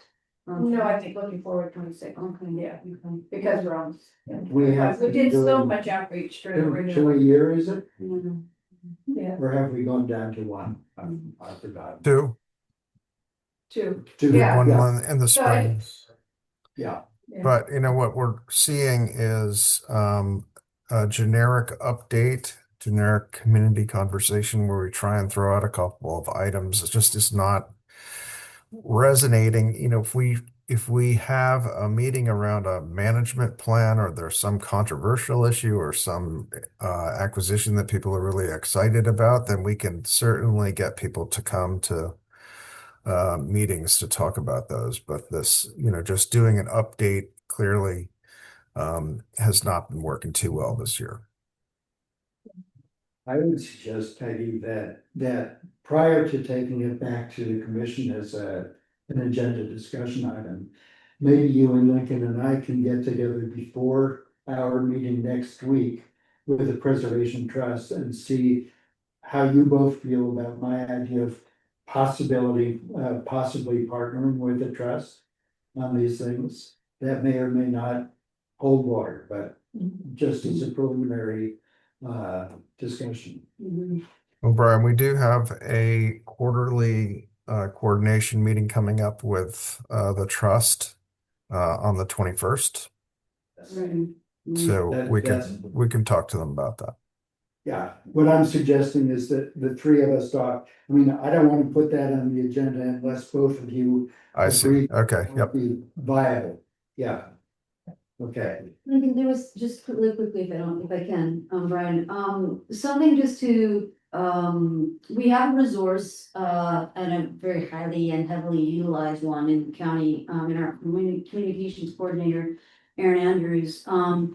I think, you know, Lincoln, it might not be a bad idea just to have a conversation with her about what you have experienced in terms of trying to do any outreach of a more general nature and what's not been happening, because she is the one who helps us get media out around upcoming meetings of a topical nature that happen on the different islands. So for example, the topic one that's coming up is sea level rise, you know, and we're actually environmental stewardship is running a two workshop series on that. So the second one's coming up.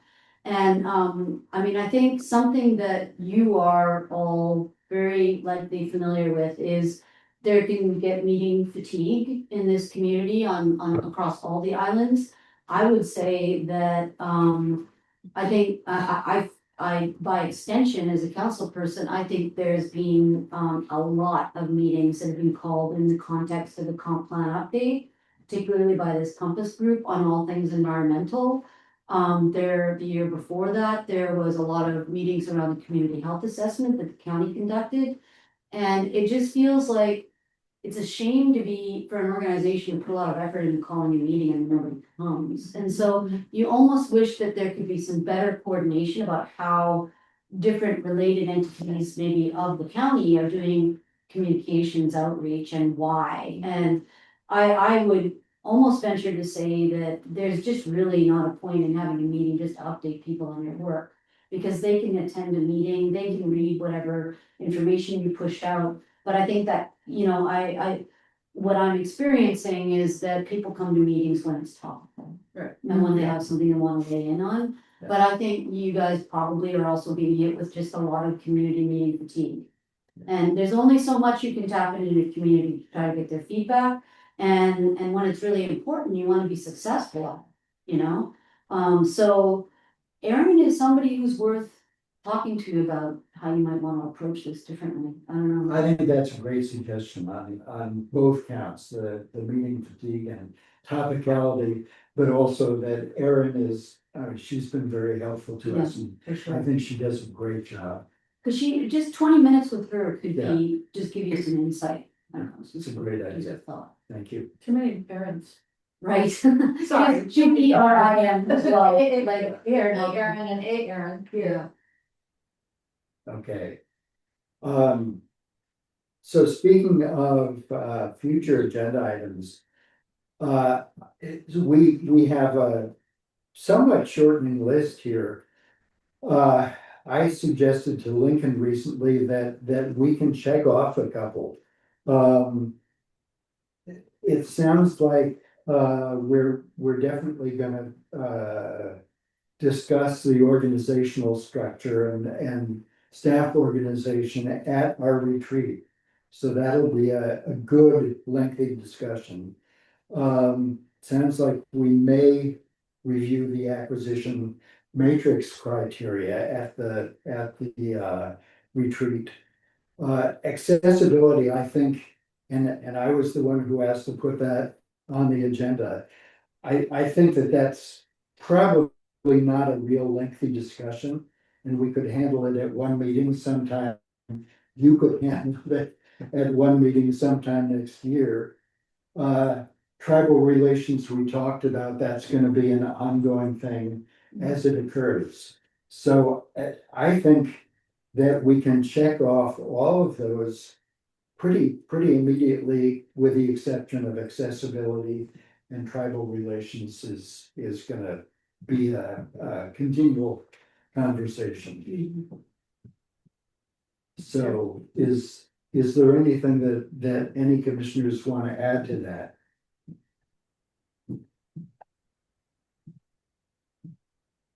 Well, yeah, I think we've covered it. Okay. Yeah. Okay, we are almost at the end of the meeting. Then I will call for one more opportunity for us to hear public comment. Any members of the public want to add anything else? Tracy. All right, this is Tracy Cottingham, and I may have a few things to say that I came with in mind, but I'd like to talk about the community conversation with some ideas that have just popped into my brain. And certainly through the pandemic, we all got super excited about the Zoom capability. And I think the community conversations really tapped into that we could come together and be in the comfort of our own home. And perhaps it's now like a normal part of our lives, so it may not be as important that people want to take that time. I mean, I often clean my kitchen while I'm listening. But I had the opportunity this summer to be involved with a special event by Trust for Public Lands. And Peter, Peter, I learned more from you on that day than I have from any of these meetings. So thank you. And Lincoln was there. We had members coming in from other places in the country and the state, but we also had some of our local people like myself, where we were able to invite some locals in to have them learn about the Trust for Public Lands and their relationship between the Preservation Trust, the Land Bank, and really just their good work across the country. It was picnic time. We were on Turtleback. We could talk and hike along. And then there was time where we could gather and ask questions. And so I could see a community conversations that is really not just about touring a new land bank preserve, but getting people onto the land to appreciate each other, enjoy, bring your own picnic, and have representatives from Preservation Trust, from the Conservation District, from numerous places, and maybe everyone that comes invites a younger member of our community to come together. I know Aaron and I have talked numerous times about the access to, say, a transportation van. So you invite people to come show up and you don't have to take your own car. I think that could really pull people together. And I had the honor of being involved with the terrestrial managers group as part of the National Monument Advisory Committee. And that was by special invite, limited, with a lot of talks. But during the breaks, there were stations. Kiewit was there, Conservation District. You could go around and have face-to-face conversations with all the work that's being done in this county. Certainly it would inspire next generations, how they could tap in. So that's my comment on community conversations. And I agree that having a topic where there's a lot of people that want to come and learn and give their opinions, it could just be that you decide to have a community conversation about that topic in the evening hours when people may not be available during this time. And then I'd like to follow up by, you may have all done something that I haven't heard, but I'd really like to honor Brian for your years of service as a commissioner. You've been I've admired your work, and I also have really valued your support of certainly when I was involved with working on the Channel Preserve. So I'm going to miss you, and hopefully that we'll be able to see you in the future. But thank you for everything I've learned from you and all your years of support. Well, thank you, Tracy, and right back at you. Well, I will say that one of our most important and maybe even underused functions is the support that we get from volunteers in the community. And going back to your original comments, I think that that's a very good reason to get together in person. You're right. I was personally very optimistic about the online meetings being a countywide, all islands function. I thought that online meetings would bring us more participation. In fact, I think the opposite has happened, and I'm still trying to understand that.